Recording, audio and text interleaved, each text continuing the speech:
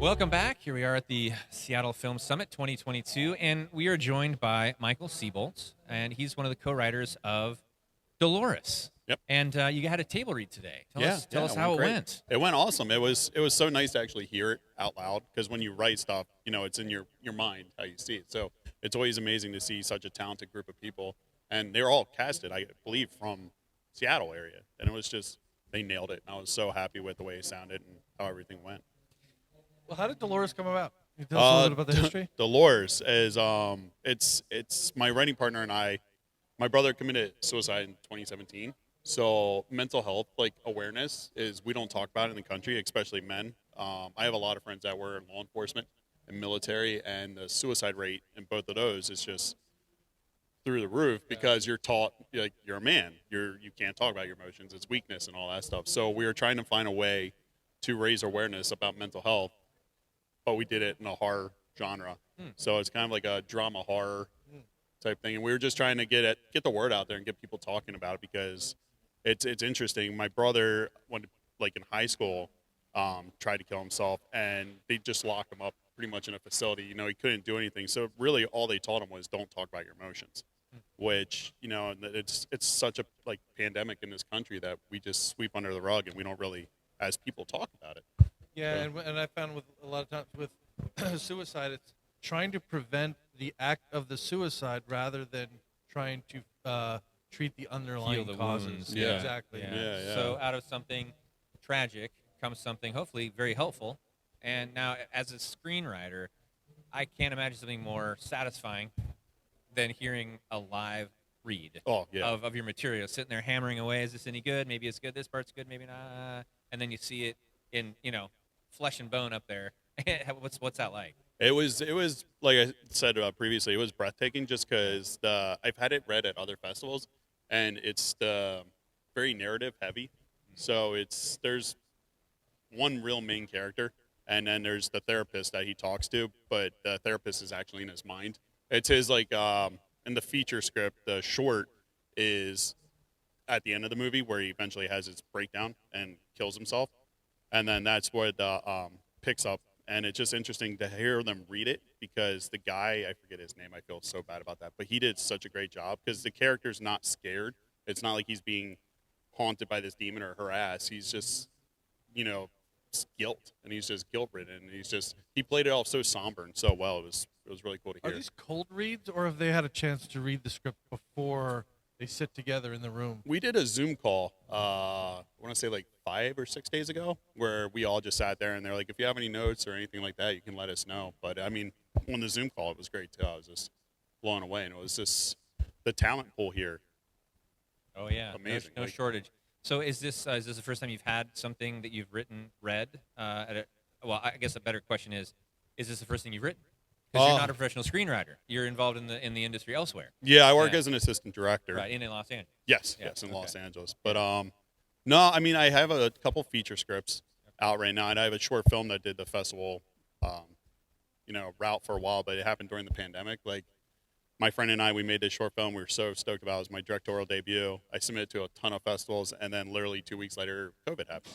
Oh, So it was boy. all virtual, or they like canceled, and so it's Yeah. nice to be live again and networking and talking with people. Yeah, definitely. COVID changed the landscape of festivals. They started out virtual, then they did a kind of try to hybrid, and then thankfully this Didn't year satisfy anybody. a lot right? of yeah, no, absolutely, because when they're virtual, it's watch it when you can or whatever. So now that we're back in person, hopefully it gives the opportunity to get some more live screenings of things. It's just better to be in person. Yeah.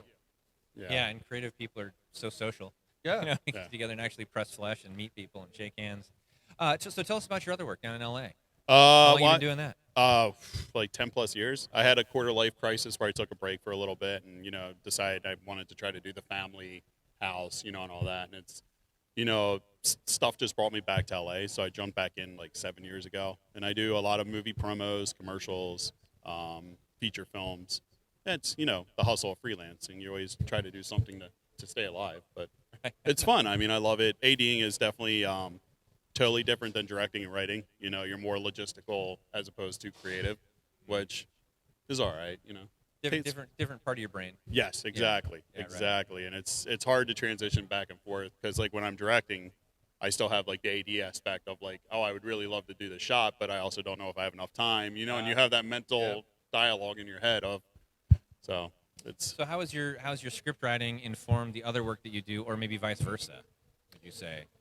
I don't. I kind of use like writing just to get away from the world for a little bit. I don't really do escape. like I don't have like a specific genre. I started out in horror, but I recently have written a couple dramas and stuff like that. So I really just try to sit down at least for an hour a day and just write whatever is on my mind. It's just a great way to escape the world and. Yeah, we were just talking to Jamil Suleiman, who's got he's got all kinds of projects, screenplays, etc., in the works, and he's talking about how working on one project can stimulate work on another project, you know, or put something in mind for this, and it builds on itself. Yeah.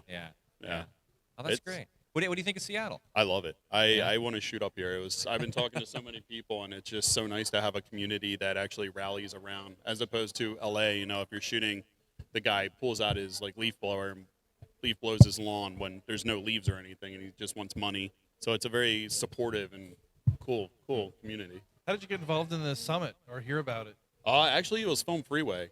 The website, and I just, did a lot of research about stuff because there is a lot of festivals that are kind of like money-making schemes. You know, they give out an award for everything, and pretty much like if you submit, you get an award. And I really try to find the ones where networking is really highlighted, because that's why we all do this, to meet people and get out there and do all that. And it's just nice to, like I said, to meet you guys and the people here.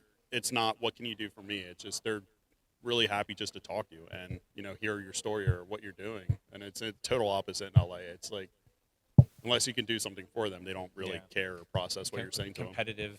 Yeah. And I think that bodes well for the future of Seattle as far as a hub for filmmaking, is that collaboration.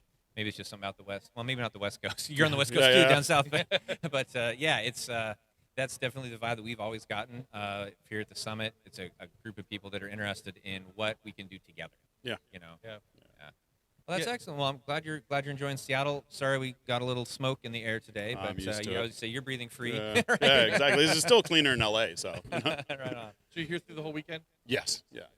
Till tomorrow night. You guys going out on the boat and stuff? That's the plan. That's the plan. Yep. We'll see. Both trips or just the one? They're doing two, I guess. Like one's at 6:30 and one's at 8:30. Oh. And then there's an after party here after the boat.